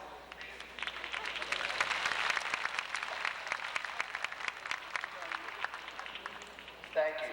On behalf of the Baton Rouge Steering Committee for Earth Day, I welcome you. As you know, we have a grand opportunity this year. This is the 20th anniversary of Earth Day, which began in 1970. That day saw the gathering together of approximately 20 to 25 million people within the United States. 20 years later, coming up on April 22nd, we hope to have over 100 million people in the United States, as well as representatives from 120 nations gathering together, joining hands to call attention to the environmental issues. Baton Rouge is really gearing up for this activity, and we hope that all of you participate in it, not only on campus here, but downtown. We're planning on having a grand fest brawl that Sunday, beginning with an ecumenical service at sunrise, and then terminating that night about 8 o'clock. We're going to have anywhere from 6 to 8 different bands performing. We're going to have environmental workshops, environmental booths, activities for kids, environmental photography contests, poetry contests. The whole point is for us to get together, to join hands, and try to bring this decade, this last decade of this century and this millennium to a close with a grand finale, so that when we begin that futuristic era that we've all heard about, the year 2000, things that Hollywood has portrayed, we can begin it with a very positive attitude so that we will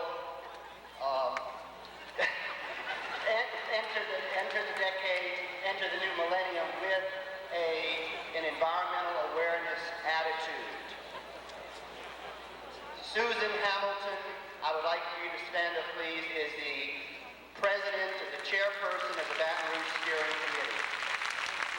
She has with her other members of the steering committee who have been active throughout the last, 3 to 4 months here in Baton Rouge preparing something.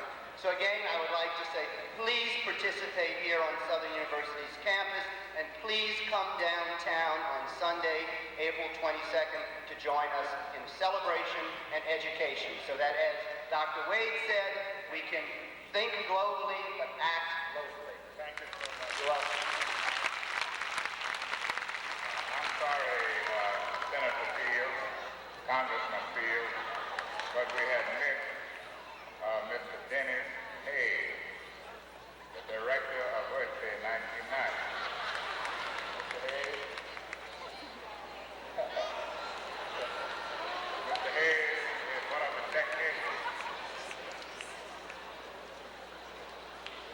I feel like somebody who has been sitting in the audience, a whole audience waiting for Michael Jackson to come on and sing. Somebody says, hey, I'd like you to come and listen to Dennis Hayes for a couple of minutes first. I don't feel terribly popular at the moment, so I'll ram it through and keep my less than 2 minutes fast. 20 years ago, people your age came up on the stage and grabbed a microphone and began to demand sweeping changes in the way that America does business.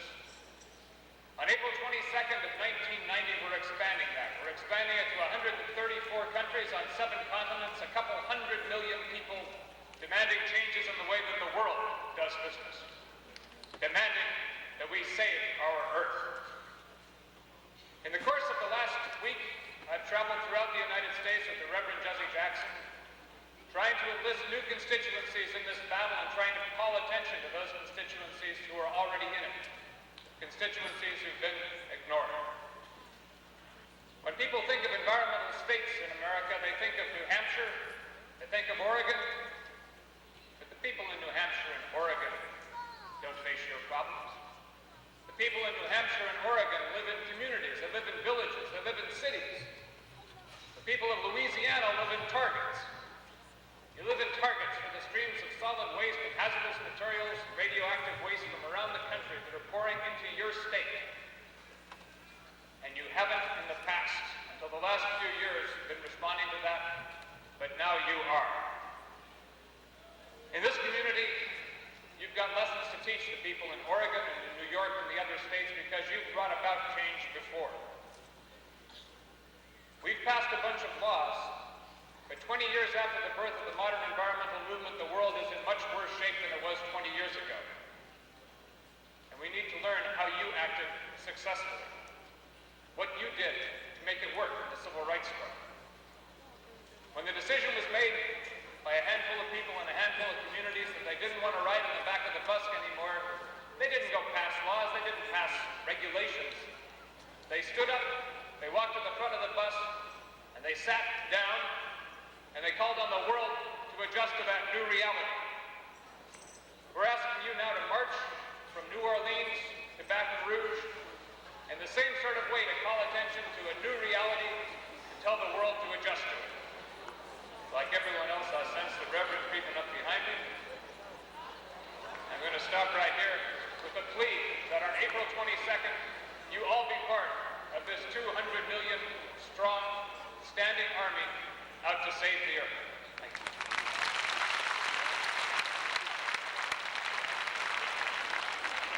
Thank you very, very much, Reverend Elliot Landry, for that warm and gracious introduction to the president of this great and prestigious institution. Let's give our president, Dr. Spikes, a big round.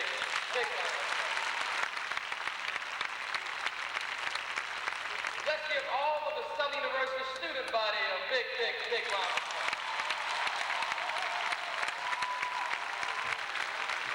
One of the things we must learn how to do, and that is we must learn how to love, must learn how to respect, and must learn how to appreciate each other. So let's give everybody who's in support of clean air, clean water, and clean soil a big round of applause.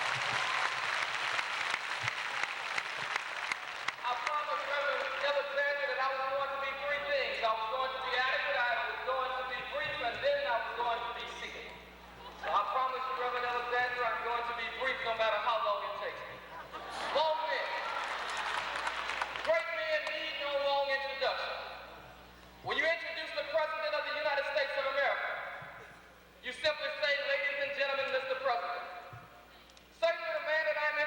to you today need no long introduction, because Southern University students, he taught us how to question and to examine, to dispute and to dare, to watch and to worry, to shift and to alter, to redirect and rearrange, to transform and to inform, to vary and to change.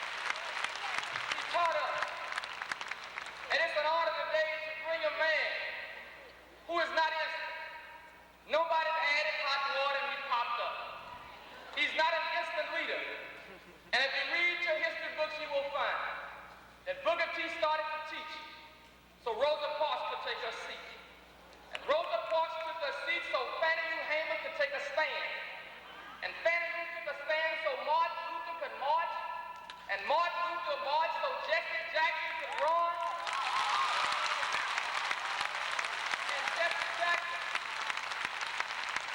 And Jesse Jackson ran so Wilder and Dinkins could win.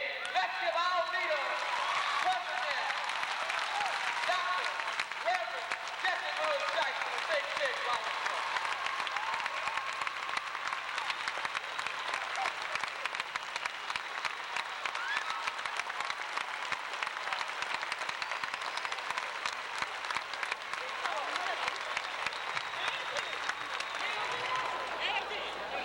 Give Congressman Cleo Fields a big hand. Give a big hand.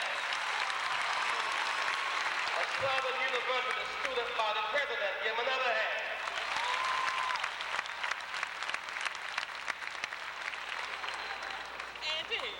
Madam President, Look at that lady. Let's take that picture with him. distinguished Dias guests, environmental leaders, ministers of the gospel who are present, elected officials, friends of the earth, and friends of the people. Delighted to return to Southern University once again, where I have learned and shared across the years. We stood here before this building was here, speaking of dignity and education as a way to lift bowed down heads, to cultivate minds, to make a difference. I walk these streets with Dr. Haynes and others, arguing that you ought to use that lever to vote, to make America better, and to keep America strong. I argue the case that Southern University deserves a budget that will allow better pay for its teachers and more scholarships for its students. I have argued the case that Southern University has been a net asset for this state. And Southern University takes that body that LSU has said historically could not educate. It has taken the cornerstone, the rejected stone, the crushed stones, and made them the new stones that the builder needed to build a new building. And so when we invest in Southern University faculty, it's in our state and national interest. We invest in scholarships for you, in classrooms as opposed to jail cells. It's in our state interest. You can go to this university for 4 years for less than $40,000. The penitentiary for the same 4 years, more than $110,000. When we stand up for Southern University's law school, it's in the best interest of Louisiana and America. So I've stood with you across the years, and even this day, we fight for life and living and liberty. We are part of a national tour, Earth Day 90 and the Rainbow Coalition. I feel the need to reintroduce again one of the ablest leaders in the world today on eliminating toxicity, which is such a threat to life. You must know him and respect him as being a great contributor, John O'Connor. Won't you stand, John, again?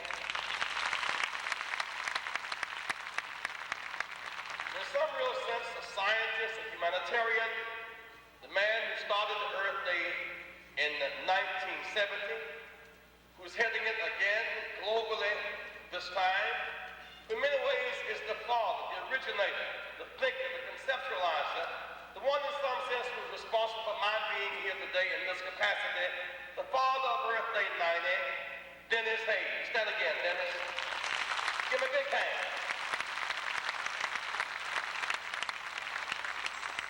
I want to make a special appeal to you today. We fought together across these years for the right of public accommodations, and then the right to vote, the right of open housing, the right of equal access to education. But all of these rights assumed that we had the right to breathe, the right to eat food that would make us healthy and not make us sick, the right to drink water that would replenish us and not eat us up. Today we gather to discuss the most basic American promise. Give me your tired, your poor, your huddled masses who yearn to breathe free. You can't breathe free in Cancer Alley between Baton Rouge and New Orleans. You cannot breathe free. You breathe poison, and poison undercuts your freedom. You should know a tree by the fruit it bears. If the tree is bearing rotten fruit, the tree has a rotten root. The cancer rate in this alley, a kind of death valley, is 4 to 20% higher than the national average. The most basic American promise, the right to breathe free, the ethical imperative, be good stewards of our Father's world. These corporations don't own this land. They didn't make any dirt. They're destroying some. They didn't make any water. They're contaminating some. They didn't make any air. They're polluting some. The earth is the Lord's, and the fullness thereof. When it is said that the greatest gifts in life are free, in mindless materialism, we begin to talk about the cost of clothes and fashion and cars and things. These are accessories, not essentials. The best things in life are air and water and earth, from which you come and to which you shall return. You cannot do without air and water and earth. And no one made it but God. To preserve the earth is a moral imperative. To violate it is a sin. It's not just illegal, it is a sin. To poison the earth is a violation of God's creation. And the wages of sin is death. And the gift of God, air and water and earth, is our eternal life and our eternal home. That must be a sense of moral indignity. That someone would choose profit over people, use their leverage to buy up this property, put the oxygen in the soil, contaminate the water, and then tell you, if you want a job, if you want a tax base, take it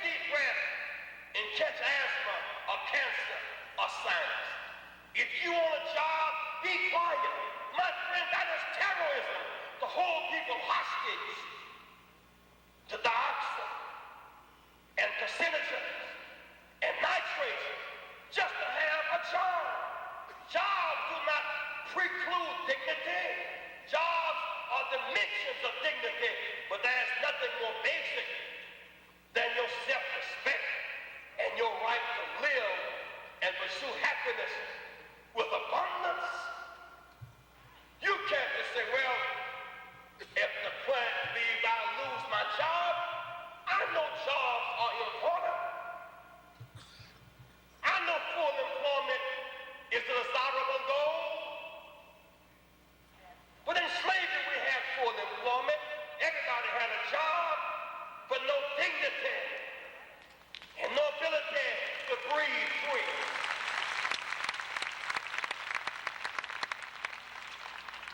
And so what is at stake today is our insult level. The earth is finite. In our tour around the South and the West, we found this. These dots are in the communities where there is the least amount of worker organization, where they undercut unions, where people are least registered to vote and therefore cannot affect zoning boards, where people are blackest and brownest and therefore are at the most disadvantaged. They come to areas where you rent. Say, we rent you this lot, on this lot beyond this fence, we have the right to poison the earth that then seeps into your water and into your air. They don't have that right. That's what this movement is about. No one has the right to put poison in the air next door to you as the wind blows in your face. They do not have the right to poison the air. They do not have the right to poison the water. They do not have the right to poison the earth. The earth is the law, and the fullness thereof. We deserve clean air. We deserve the right to breathe free.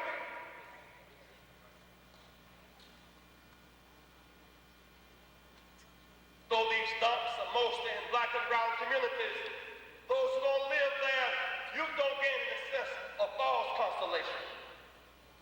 Because these poisons are not just in the neighborhood, they're in the wind. Not long ago in the Soviet Union, in Chernobyl and Kiev, there was a nuclear accident. And the first couple of days, our anchor people kept saying, you know, the Russians got a problem, he. And they won't talk about it. They are more closed than we are, as in 3 Mile Island. The Russians have a problem. They are not as scientifically excellent as we are. The Russians have a problem. And the Russians did have a problem because it was a nuclear accident. But guess what? On the third day, the wind blew. And then Europe had a problem. And on the fourth day, people in California and cows in Oregon, from which we get milk, have a problem. We live in one spaceship, Earth. And these little false departments called suburb, inner city, rural, urban, black, white, brown, nation state, there are no foreigners on spaceship Earth. It is as ridiculous as being in an airplane, section 1, 2, 3, and 4, no smoking, section 5, 6, 7, 8, smoke, and you live in one container and the air circulating. Absolutely insane. And if that is insane, try reducing pesticides in this country because we know that they are poison, and then sell in the third world countries, and then import food from those third world countries. We must be more intelligent than that. A greater commitment to life than that. How do we break it up? Fight back. Stand up. Mass marches. Mass education. A mass commitment to life. I marched this past week 25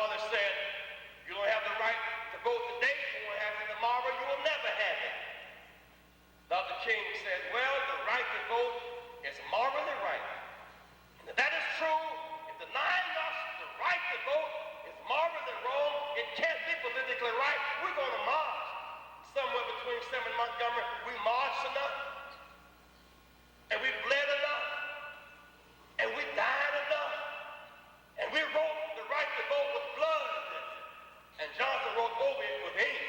He began to shout, we shall overcome. Because when your house and my house move, State House and Courthouse and White House move, we the people have the power. Believe in yourself and don't surrender.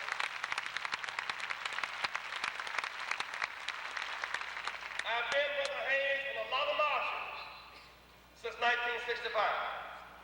Within my judgment, these various marches, the jobs, equal rights for women, and anti-war activities, there is no march in the last 25 years that has the impact to affect the whole world as much as the march of New Orleans, the Baton Rouge, and I intend to be a part of it.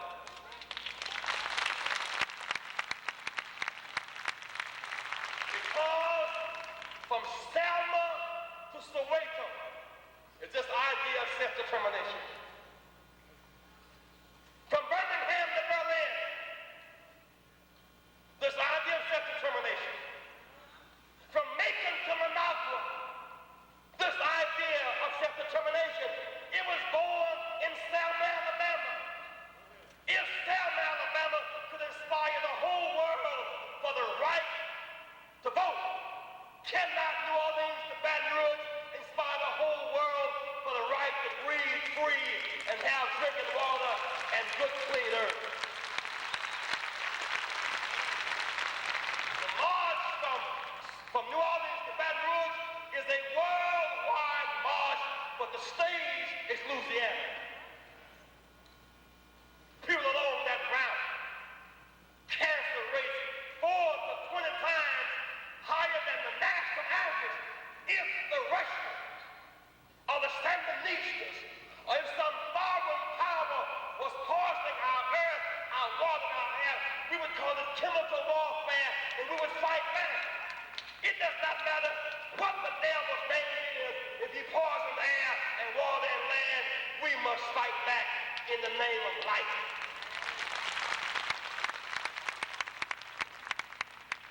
And let me make this last appeal.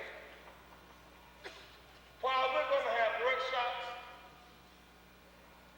teach-ins, pray-ins on the idea of learning about the various poisons in our atmosphere, in your program, I find to be most creative.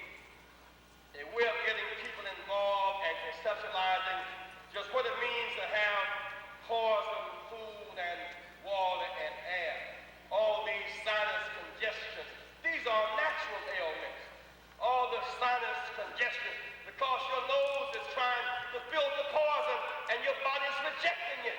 The sinus and the asthma and the respiratory diseases and the cancer and the early death, you are victims of a war of aggression.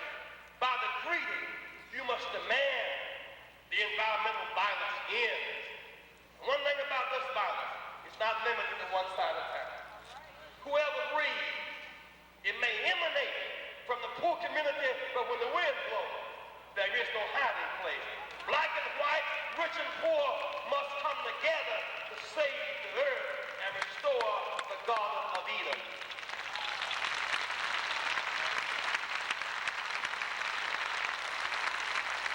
My friends, I must tell you, there's two environments I'm concerned about. And Jesus was concerned about both. The external environment, he wanted justice,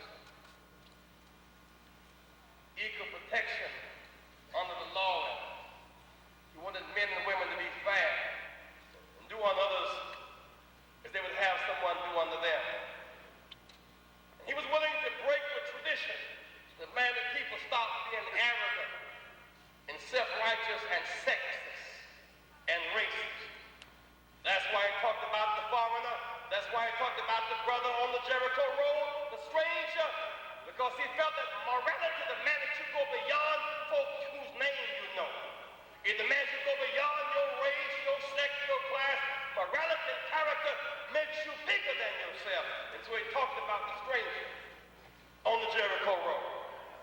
But then he talked about self-righteousness, arrogance, injustice, and sexism that we must overcome. The only justification for looking down on anybody is that you're going to stop and pick them up and help them along their way. And Jesus was walking down the road one day, and he heard these loud